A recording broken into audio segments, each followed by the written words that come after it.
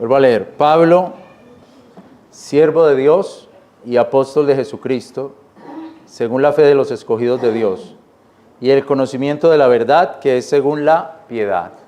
Entonces quiero hablar de este tema, el conocimiento de la verdad según la piedad.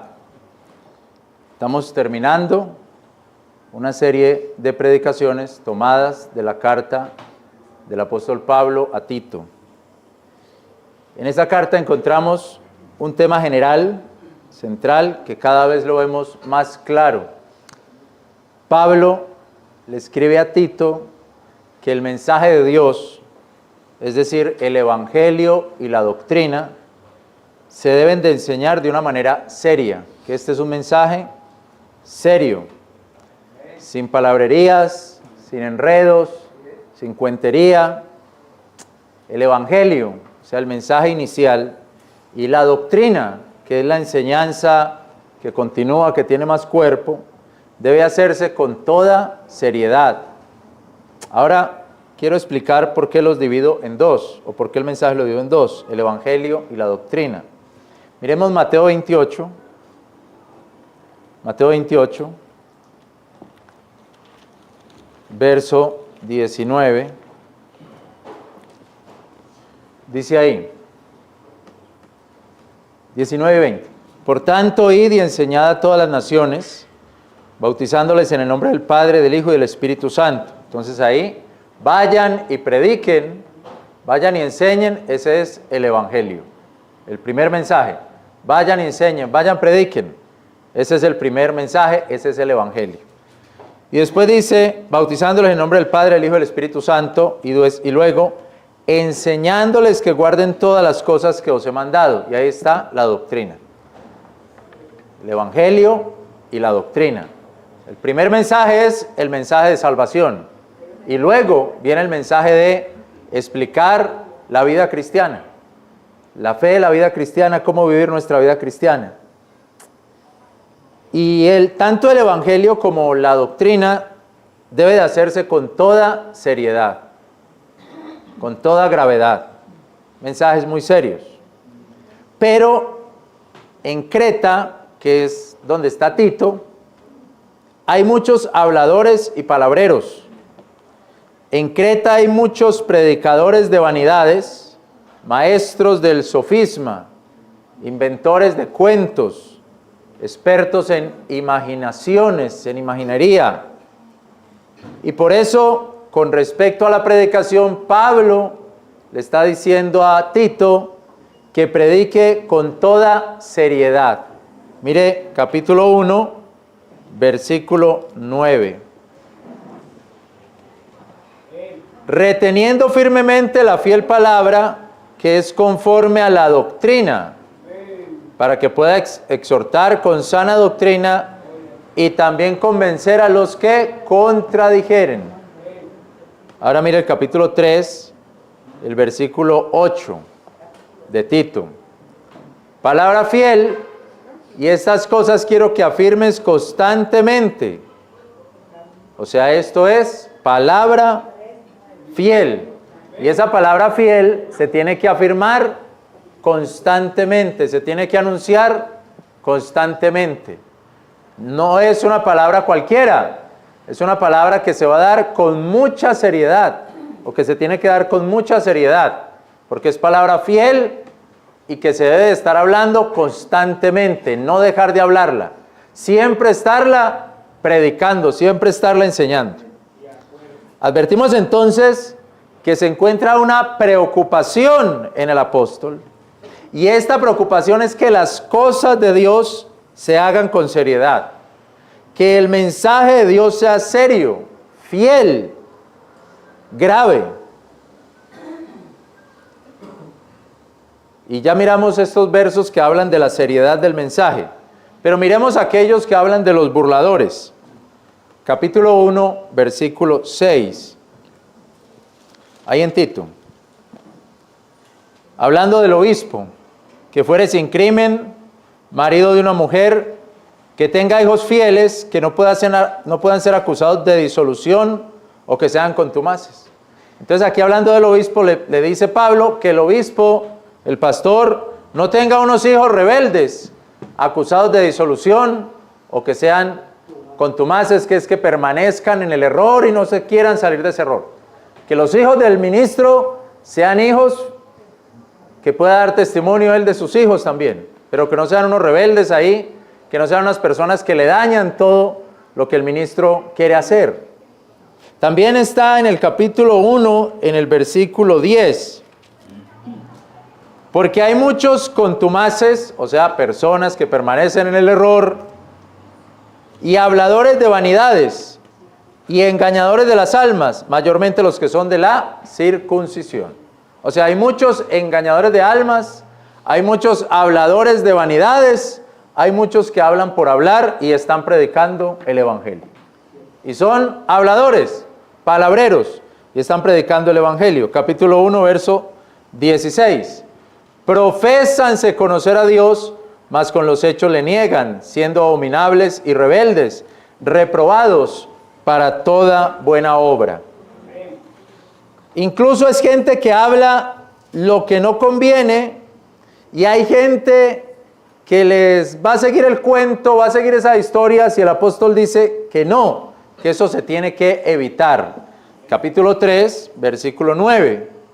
Mas evita las cuestiones insensatas, y las genealogías, y las contenciones y disputas sobre la ley, porque son sin provecho y son vanas. Vanas son vacías, no tienen nada. Al hombre hereje, versículo 10, al hombre hereje, después de una y otra amonestación, deséchalo. Deséchalo. Después de una y otra amonestación, deséchalo. Mire que al hermano que cae en pecado, dice Gálatas que debemos de restaurarlo en amor, pero al hereje, mejor ni hable mucho con el hereje. Después de una otra amonestación, más bien lo desecha, ¿cierto?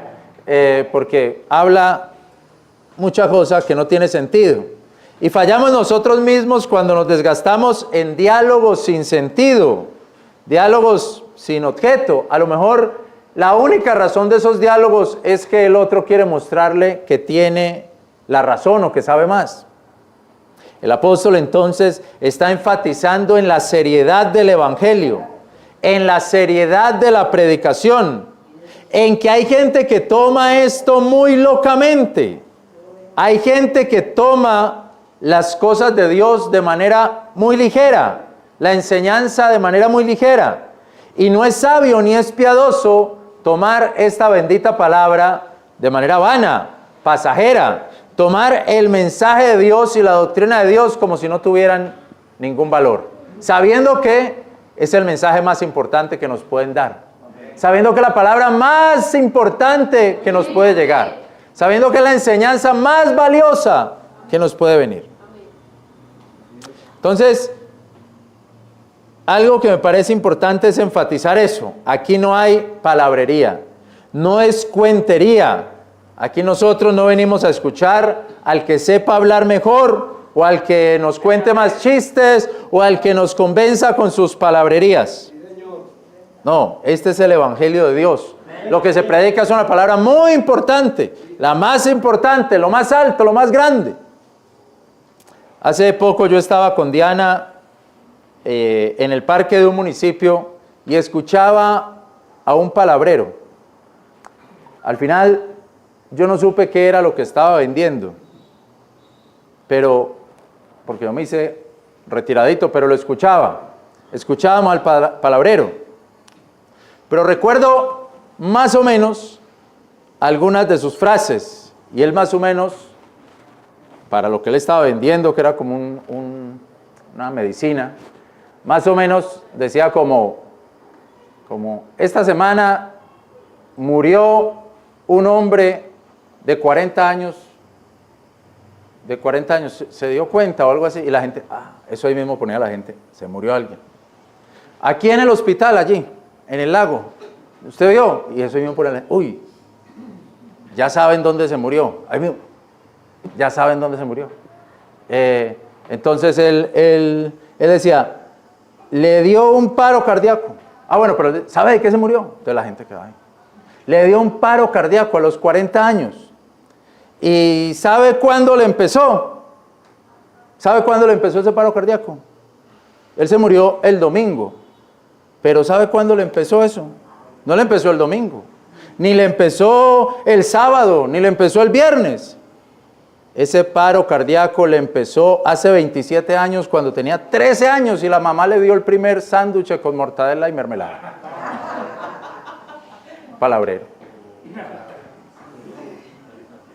Y yo me acuerdo y miré a Diana y, oiga lo que ese hombre está diciendo. Ya me estaba convenciendo de cuánto hemos comido nosotros. Pero ellos saben llevarlo hasta ese punto, llevarlo hasta allá. Oiga, no, eso le empezó cuando tenía 13 años y la mamá le dio el primer sándwich con mortadela y mermelada. Ahí empezó el paro cardíaco. Entonces, esa gente sabe de qué manera envolverse. Y recuerdo algo que creo que lo he visto con él y con otras personas. Y él decía, usted me va a decir exagerado, pero yo tengo 65 años o algo así, y nunca he estado hospitalizado. Y sacaba la cédula, mire para que vean que es verdad. Pues la gente veía la cédula y veía que tenía 60 años, pero que iban a saber si estuvo hospitalizado. Pero él mostraba, mire para que vea que es cierto. Y entonces la gente le veía la cédula y sí, tenía 60, mire, soy de 1960 y tantos. Y vea la salud que tengo. Hermano, el evangelio no es charlatanería, no es verborrea. El púlpito no es para que se paren palabreros de ese tipo. El mensaje del evangelio es un mensaje serio, es un mensaje de vida y de fidelidad. Es una palabra que no miente. O como dice Tito 1:1, el conocimiento de la verdad que es conforme a la piedad. El mensaje del evangelio no es un engaño, no es para estar engañando a las almas, como dice Tito 1:10, porque hay muchos contumaces y habladores de vanidades y engañadores de las almas. Ahora vaya a segunda carta a Timoteo, hay 2 hojitas antes, capítulo 4, verso 3. Segunda carta a Timoteo 4:3. Porque vendrá tiempo cuando no sufrirán la sana doctrina.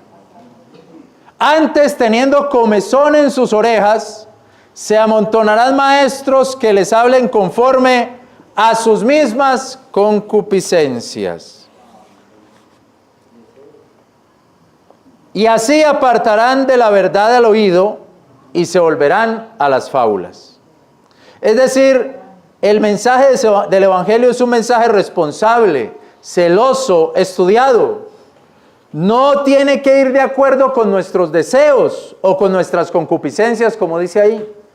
Porque el mensaje del evangelio, el mensaje de la doctrina de Cristo, no se nos está vendiendo. Aquí no se está vendiendo nada.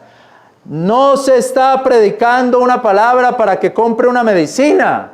O no se está convenciéndolo de que vote por un candidato o por un partido político. Aquí no estamos ofertando una nueva pirámide donde usted se va a hacer rico. No, el mensaje del evangelio no tiene que ver con esas cosas ni con cosas parecidas a esa. El mensaje de la palabra de Dios es un mensaje que confronta. No es una palabra que acaricia, aunque Dios lo puede acariciar a uno, lo puede mimar a uno de alguna manera, pero la esencia primera es que es un mensaje de confrontación, que confronta, que te para frente a un espejo y te muestra lo que tú eres, y te dice, Dios te quiere cambiar, Dios quiere ser algo por ti, no como, ¿quién era la que iba al espejo? ¿Quién es la más linda del mundo? ¿Quién era esa? Blancanieves, ¿cierto? Blancanieves y la bruja.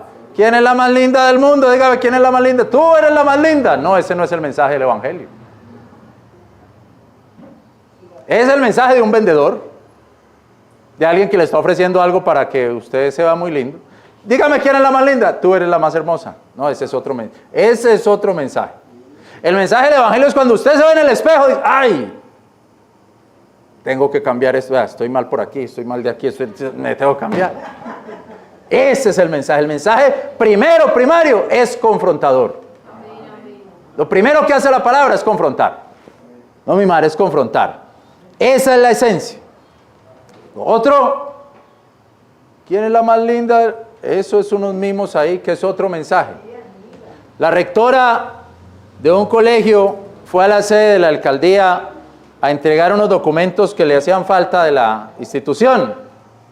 Y en el momento que ella va a entregar esos documentos, estaban los secretarios de gobierno contando sus grandes logros, dando rendición de cuentas. Y estaban ahí hablando, y en ese momento llegó el alcalde y también se puso a hablar de sus grandes logros.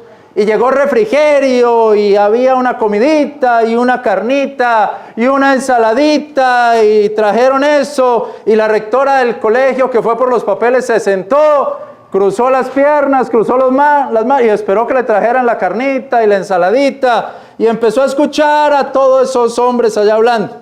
Entonces una compañera le dice: rectora, pero si a usted no le gusta el alcalde. Y ella dijo: es que hablan tan bueno, yo me voy a quedar aquí politiqueando. La acariciaron.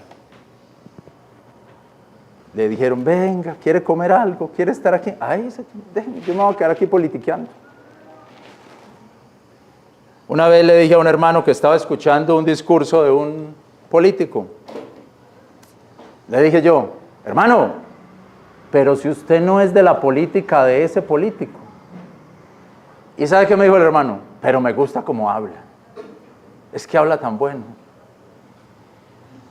Lo estaban acariciando. Estaban acariciando para que fuera para allá. El mensaje del evangelio no es eso. El mensaje del evangelio confronta. Confronta. Y confronta a todos. No a uno y al otro no, a todos. A todos nos confronta. No es hablar mal del uno para hablar bien del otro, no, como hacen los políticos, no. Hablo mal de aquel para hablar de aquel, no. El mensaje del evangelio confronta a todos. A todos nos confronta. A todos nos pone en el espejo. Usted fue pesado en balanza y fue hallado falto. Le faltó peso, no pasa la prueba. Ese es el mensaje del evangelio. El primer mensaje, confrontativo. Y algo, hermano, que es maravilloso, hermano, es que es para todos. Y usted va a decir: pero si es confrontativo, entonces nadie va a escuchar. No crea eso, porque entonces ahí viene la obra del Espíritu Santo. Y es la obra del Espíritu Santo la que hace algo en esa vida. No es nuestros valores morales, no son nuestros valores éticos, no es la obra de nuestra tradición religiosa, no es la obra de la palabrería, de que es muy bueno para convencer a la gente. No, Señor, no se engañe. La obra del evangelio es misteriosa porque es Dios. Es Dios y es el Espíritu Santo el que da convicción de la necesidad de Dios. Amén. Hermanos, yo he estado invitando a un hombre acá a la iglesia, ya yo no sé cuánto hará que lo estoy invitando. Y lo invité la primera vez y él me dijo: yo voy, hoy voy. Y no vino. Entonces le dije: ¿por qué no viniste? Me quedé esperándote. El miércoles voy. Y no llegó. Y entonces volví y le dije: oiga, pero aquí lo estaba esperando. Y no, hoy sí voy. Y me escribió, digamos que el culto es a las 10, me escribió a las 9. Hoy sí voy, allá llego. Y no llegó. Entonces yo dije: ya no le vuelvo a escribir. Ya que no dije nada, no digo nada más bien para no decir, para no pecar, ¿cierto? Ya, no le vuelvo a escribir. Al miércoles me escribe: pastor, perdóneme, hoy sí voy a ir. Le pido perdón que hoy sí llego. Bueno, listo, yo no le dije nada. Hoy sí, y tampoco llegó. Pero eso es que Dios está haciendo algo ahí en esa persona. Eso es que está haciendo algo, porque si está diciendo voy, y el diablo no dejarlo venir. Pero eso es que Dios está obrando ahí. Entonces mire que no es mi palabrería. Yo le puedo echar todo el discurso, me puedo ir para la casa de él, esperarlo allá y no sale. Si Dios no termina esa obra. Es la obra de Dios. Yo me cansé y dije: renuncio, no lo vuelvo a invitar. Y él vuelve y me escribe: yo renuncio, pero Dios no renuncia. Dios no renuncia a buscarnos. Dios no renuncia a que vayamos a Él. Dios siempre estará buscándonos y buscándonos y buscándonos. Siempre estará buscando a su pueblo. Siempre estará buscando a la gente. Esa es la obra del Espíritu Santo que da convicción a una persona. Y a lo mejor esa persona que dice yo voy, no voy y no viene, es porque se siente mal por algo, pero sabe que tiene que ir, sabe que tiene que buscar de Dios, sabe que esa es su necesidad. Si hace algo el Espíritu Santo es confrontarnos. Hermanos, le pasa a uno mismo. Usted dice, yo ya no predico más, ya no voy a volver a enseñar, ya no voy a orar más. Pero ¿qué pasa? Hoy no predico porque estoy muy cansado, y termina ya predicando, saliendo a la calle. ¿Qué dice? Hoy no voy a ir a esa reunión porque nadie llega, y termina yendo. ¿Qué dice? Hoy no voy a cantar porque cantan mal, y termina cantando. Entonces, ¿es la obra de quién? De Dios. Esa no es la obra de nadie más. Esa es la convicción del Espíritu Santo haciendo algo en su vida. Ya hoy no voy a la iglesia porque no me saludó tal hermano, y allá llegó a la iglesia y lo saludaron. Es la obra de Dios haciendo una convicción en su vida. Dios siempre está convenciéndonos. Y si hicimos algo mal, y si hicimos pecado, Él también nos muestra que pecamos, y que así seamos testarudos en decir que no lo hicimos. El Espíritu Santo nos está diciendo, sí, lo hiciste, pero tienes que seguir adelante.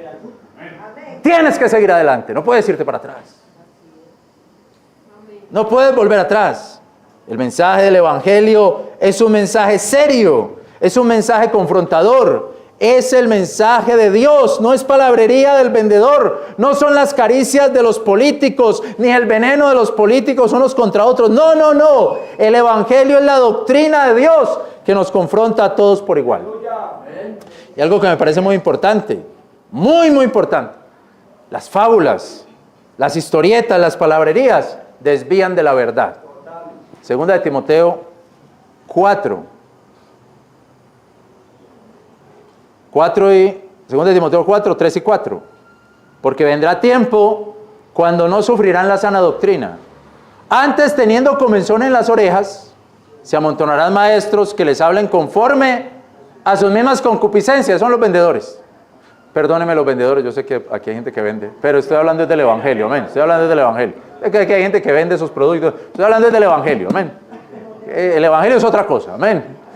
Dice, se amontonarán maestros que les hablen conforme a sus mismas concupiscencias, y así apartarán de la verdad el oído, y se volverán a las fábulas, a las fábulas. O sea, es decir, que hay una verdad, porque dice, se apartarán de la verdad. Hay una verdad, y esas fábulas, historietas, palabrerías, charlatanerías, lo desvían a uno de la verdad. Pueden ser palabras muy enredadoras, pueden ser cuenteros muy experimentados, pero la iglesia no es tribuna de cuenteros. La iglesia es la columna de apoyo de la verdad.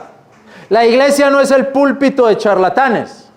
No es del que venga aquí a decir, yo vi, yo escuché, yo soñé, yo tuve un sueño, No, esto no es púlpito de charlatanes. Esto es para predicar el Evangelio. Me lo contó el tío del sobrino del primo. No, venga y predique el Evangelio. La iglesia es columna de apoyo de la verdad. Segunda carta a Timoteo, capítulo 2, verso 16. Segunda carta de Timoteo 2:16. Mas aléjate de los promovedores de disputas profanas y vanas. Mucho aprovechan en la impiedad. El conocimiento de la verdad es a través de la piedad.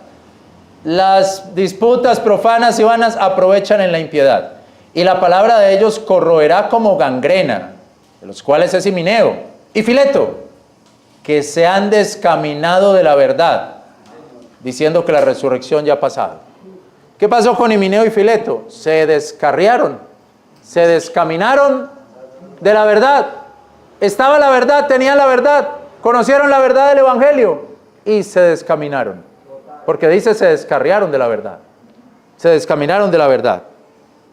Entonces, mis hermanos, según esto, puede que haya creyentes que empezaron por el camino del Evangelio y se descaminaron. Puede que haya pastores que empezaron predicando el mensaje del Evangelio y predicaban el mensaje del Evangelio. ¿Y qué pasó con los pastores? Se descarriaron, se descaminaron. Empezaron a predicar fama y lujos y dinero y todo eso y se descaminaron. Puede que haya iglesias que empezaron bien predicando el mensaje del evangelio y después se fueron por otro camino. Se descaminaron de la verdad. Yo me ponía a pensar que esto es como un hijo que se desvía del camino que le enseñaron sus padres. Los padres le enseñan un camino y en algún momento se va por otro camino y se desvía de ese camino. Llega a su adolescencia, a su juventud y decide seguir por otro lado, hacer lo que le piden sus concupiscencias. Solamente quiere seguir sus propias pasiones. Ese joven, esa joven empezó bien en un hogar con valores, con principios, pero decidió no seguir eso. Decidió desobedecer. Y así hay pastores. Y así hay iglesias que deciden dejar la verdad. Prefieren la fama, prefieren sentirse importantes, prefieren venderse a Baal que seguir predicando el mensaje del evangelio. Prefieren volverse palabreros, cuenteros, charlatanes. Nosotros como iglesia debemos cuidarnos de eso. Debemos cuidar nuestra predicación y lo que predica la palabra, decirlo con toda firmeza y continuamente.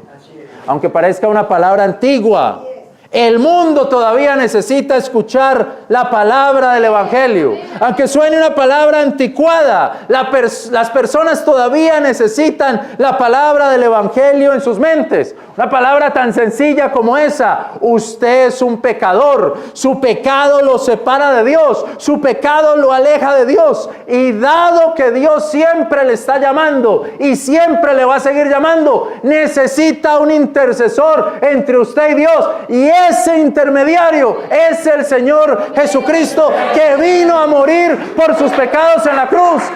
Ese es el mensaje evangélico, y ese mensaje se tiene que seguir predicando así como está, tan sencillamente. ¿Quién será ese intercesor? El Maestro Jesús.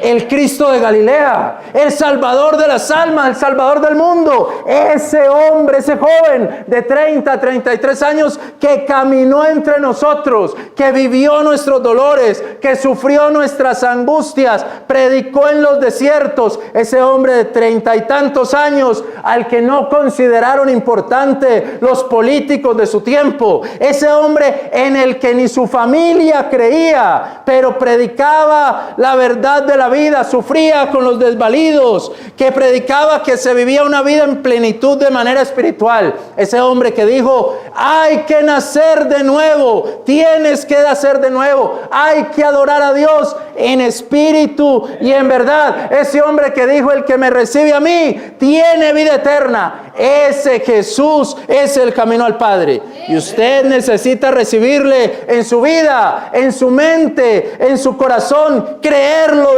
de todo corazón. Ese es el mensaje del evangelio que tiene que seguir siendo predicado.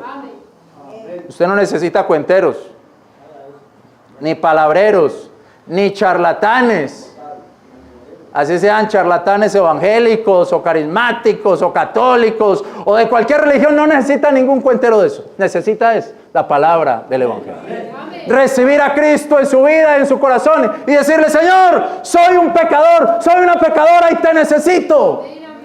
Entra en mi vida, dame vida eterna, dame salvación. Me creía bueno, pero no soy bueno. Te necesito a ti. Necesito tu palabra, necesito que me enseñes más de tu palabra. Ese es el mensaje evangélico que tenemos que seguir predicando. Amén. Si tenemos eso, tenemos todo. Amén. No sé si usted ya recibió al Señor Jesucristo. Pues si no lo ha hecho, lo debe de hacer. Entréguele su vida, entréguele su mente y su corazón. Tome la decisión más importante. Yo la tomé hace 33 años, en 1994. Y hasta el día de hoy puedo decir: hasta hoy me ha ayudado Jehová. Amén. Y en medio de los diálogos con muchas personas, con mucho conocimiento intelectual y otros con muchas riquezas, he podido llegar allá donde ellos y a decirles: ¿sabe qué necesita? El evangelio de Jesucristo. Si ya recibió al Señor Jesucristo, gloria a Dios. No se vaya por las palabrerías, no se vaya a desviar por las fábulas. Y si no lo ha recibido, entregue su vida al Señor Jesucristo. Vamos a orar. Padre nuestro, gracias te damos. Te damos la honra, la alabanza.